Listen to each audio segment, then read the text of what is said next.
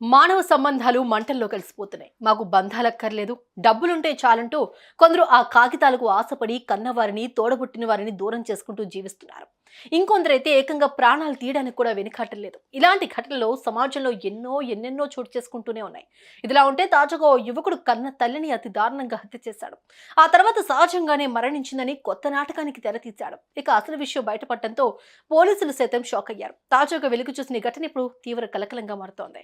MPC BiPC విద్యార్థులకి ఒక వరం సిఏ సిఎంఏ కోర్సులు. సిఏ సిఎంఏ చదివే విద్యార్థుల్లో 40% మంది ఎంపీసీ మరియు బైపీసీ విద్యార్థులే. Master Minds. ఇందుకు ఈ కసాయి కొడుకు తల్లిని ఎందుకు హత్య చేశాడు, అందుకు దారితీసిన కారణాలేంటి, ఈ క్రైమ్ స్టోరీలో అసలు ఏం జరిగిందో ఇప్పుడు తెలుసుకుందాం.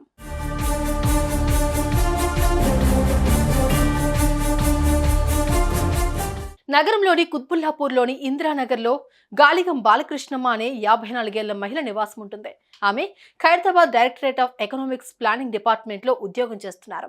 బాలకృష్ణమ్మతో పాటే ఆమె కుమారుడు సర్వేష్ కూడా ఉంటున్నట్లుగా తెలుస్తోంది. ఇదిలా ఉంటే బుధవారం బాలకృష్ణమ్మ తన కుమారుడితో పాటు పక్కింటి వ్యక్తులతో కలిసి ఆటోలో సిద్దిపేట జిల్లా రాజగిరి నరసింహ దేవాలయానికి వెళ్లారు. వీరంతా ఆ రోజు రాత్రి అక్కడే సత్రంలో నిద్రపోయారు. అయితే అర్ధరాత్రి సమయంలో బాలకృష్ణమ్మ తీవ్ర అస్వస్థతకు గురైంది.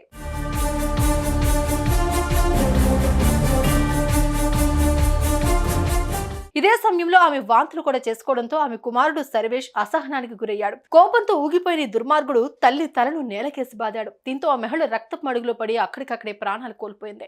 ఇంతేకాదు, నా తల్లి అస్వస్థతకు గురై మృతి చెందిందని పోలీసులకు కంప్లైంట్ కూడా ఇచ్చాడు. ఈ విషయం తెలుసుకున్న మృతురాలి కూతురు సుజాత హుటాహుటిన ఘటనా స్థలానికి చేరుకుంది.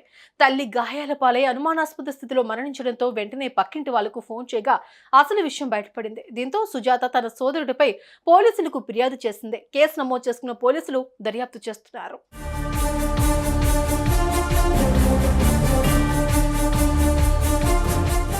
చూసారుగా ఈ దుర్మార్గుడు ఎంతకు తెగించాడో. కన్న తల్లిని హత్య చేసి ఏం ఎరగనట్టుగా కటింగ్ ఇచ్చి చేతులు దులుపుకోవాలని భావించాడు. కానీ అసలు గుట్టు రట్టవడంతో నోట్లో నీళ్లు నమిలాడు. అయితే తల్లి అస్వస్థతకు గురైనంత మాత్రాన చంపేయాలా? అసలు వీడి కొడుకేనా? నవమాసాలు మోసి పెంచి పెద్ద చేసిన తల్లిని ప్రేమగా చూసుకోవాల్సింది పోయి హింసించి చంపిన ఈ కిరాతకుడికి ఎలాంటి శిక్ష విధించాలి? మీ అభిప్రాయాన్ని కామెంట్ రూపంలో తెలియజేయండి.